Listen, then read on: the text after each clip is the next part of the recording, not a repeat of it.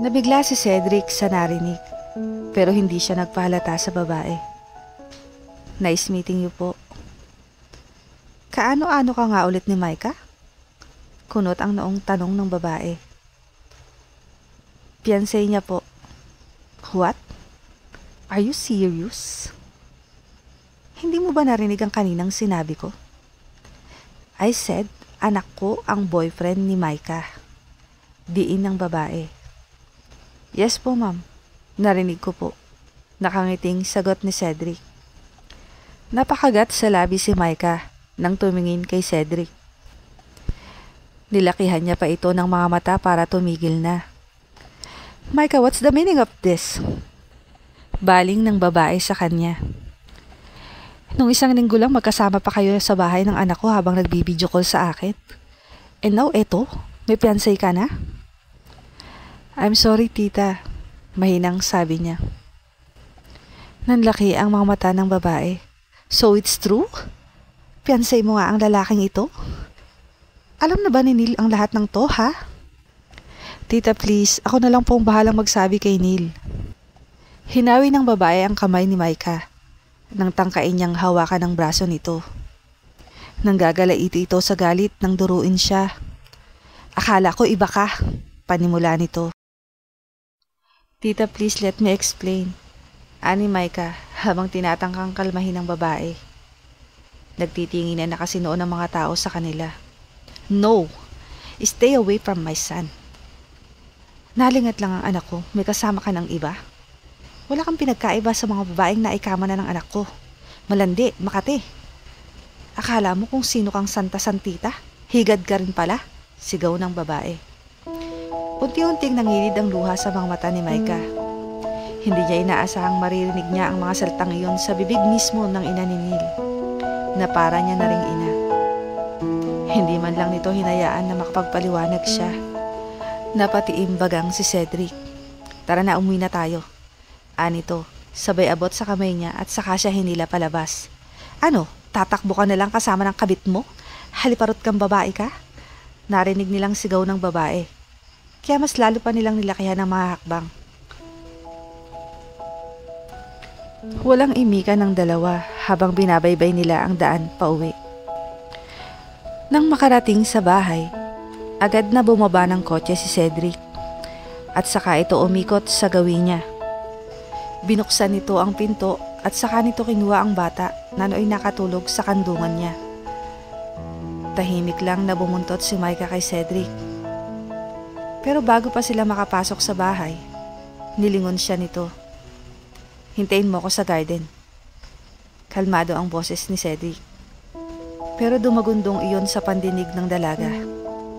Yun na kasi ang hudyat na uusigi na siya nito. Matapos ibili ng bata sa mga kasambahay, dumiretso si Cedric sa garden at doon sila nag-usap. Wala ka bang balak magpaliwanag sa akin? Bigil ang boses na tanong ni Cedric. Anong ipapaliwanag ko? Kunway sabi niya. Yung babae kanina, yung tinawag mong tita. Totoo ba na nanay siya ng boyfriend mo? Bahagyang tumango si Micah, pero hindi siya nagsalita. So ano yun?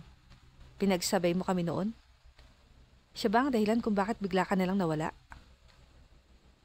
Kailangan ko pa bang sagutin yan? Oo. Ang tagal kong naghintay ng paliwanag mo. Siguro naman deserve kong malaman ang katotohanan, Micah. Kaya ba ayaw mo nang magpakasal sa akin dahil sa Neil na yon, ha?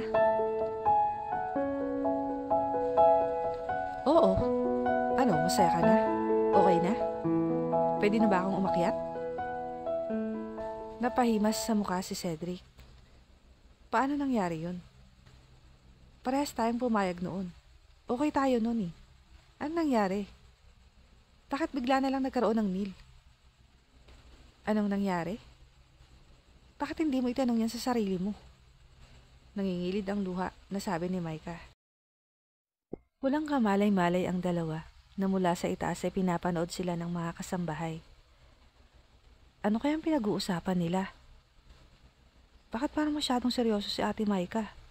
Tanong ni Joy. Oo nga, mukhang galit si Sir Cedric. Dagdag ni Millie. Kaya talagang dalawa napaka-chismosa nyo. Ani Manang, nanoy kasalukuyang pinapalitan ng damit ang bata. Naku Manang, baka po paalisin din ni Sir si Micah. Nag-aalalang sabi ni Millie. Paalisin? Bakit naman? Mukha po kasing galit si Sir Cedric sa kanya. Napangiti si Manang Beth. Baka mayroon lang hindi pagkakaintindihan ng dalawang yun.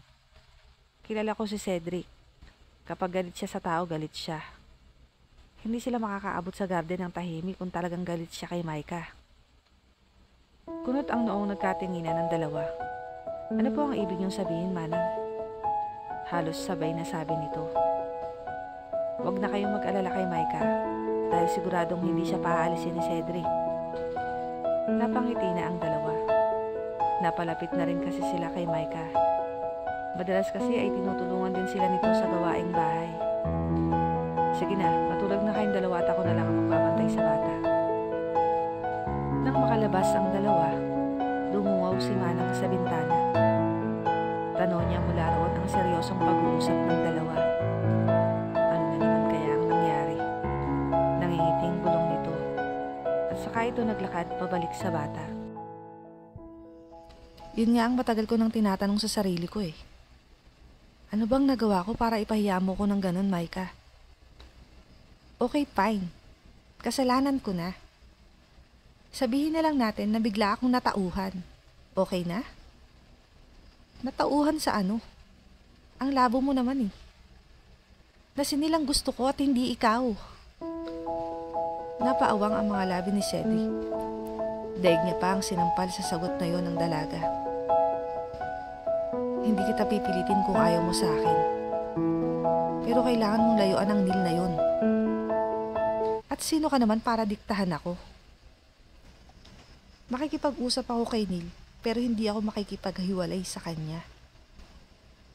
Mabilis lang naman ang 1 taon. I'm sure kaya kong hintayin ni Neil. Are you out of your mind? Matapos ang lahat ng masakit na salita na ibinato sa'yo ng nanay niya, gusto mo pa rin ang lalaking yun? Mabait si Tita Belle. I'm sure na bigla lang yun. Napailing na lang si Cedric. Ibang klase ka rin, no? Sa tingin mo ba papayag ang lalaking yun na magpakasal ka sa akin? Kaya nga bigyan mo ko ng time para makausap siya. Kailangan ko ipaliwanag sa kanya ang sitwasyon. Fine. Bukas na bukas din kausapin mo ang lalaking yun. At siguraduhin mo rin na hindi siya magiging problema sa mga panahong asawa pa kita. Napakunot na lang ang noo ni Micah nang bigla siyang talikuran ng binata. Ano bang nangyari? Bakit nagtatala kayo ni Micah? Tanong ni Manang nang makaakyat si Cedric. Alam ko na ang dahilan kung bakit ako tinakbuhan ni Micah. Bakit? Ano raw ba ang dahilan? He's in love with someone else. May boyfriend po pala siya. Napahawak sa dibdib ang matanda. So anong plano mo? Hindi ko po alam. Bahala na ho. Napailing na lang si Manang Beth habang nakatingin sa binata. Hindi kasi maitago ni Cedric ang lungkot sa natuklasan. Kinabukasan, palihim na sinundan ni Cedric ang taxi na sinasakyan ni Micah. Hanggang sa tumigil ito sa isang bahay malapit sa tabing kalsada. Itinigil niya ang kotse sa di kalayuan at saka siya bumaba at bahagyang lumapit. Anong sinasabi ni Mama na nakita kanyang may kasamang lalaki sa restaurant? Narinig niyang salubong ng lalaki kay Micah. Kaya agad siyang napabalik sa kotse. Marahil iyon ang Neil na tinutukoy ni Micah. Magpapaliwanag ako, ani Micah. Galit na hinablot ni Neil ang buhok niya at saka siya kinabig papalapit. Oo, hindi lang Micah. Ginagago mo ba ako ha? Neil, ano ba, nasasaktan ako? Pilit kinakalas ni Micah ang pagkakahawak ni Neil sa buhok niya. Pero sa halip na bitiwan, kinaladkad pa siya nito papasok sa sala.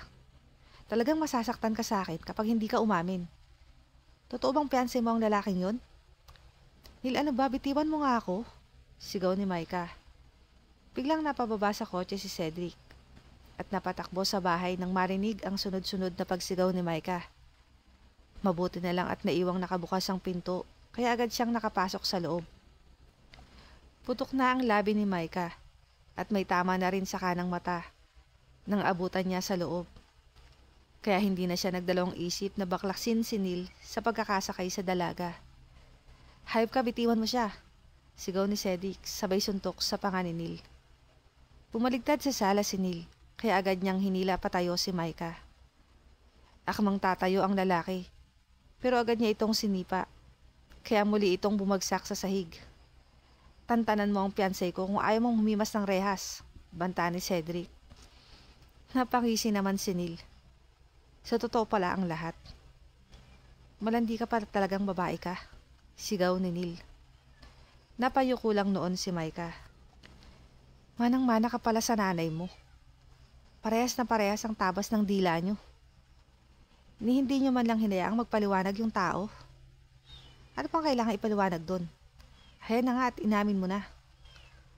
Magpapakasal siya sa akin, hindi dahil nagmamahalan kami. Parehas lang kaming naipit sa kasunduan ng mga lolo namin." Nagtatanong ang mga matang bumaling si Neil kay Micah. "Totoo ba yun, Micah?" Dahan-dahan itong tumayo at nagtangkang abutin ng kamay ni Micah. Pero tila natatakot na agad umiwas si Micah at nagsiksik sa gawing likuran ni Cedric.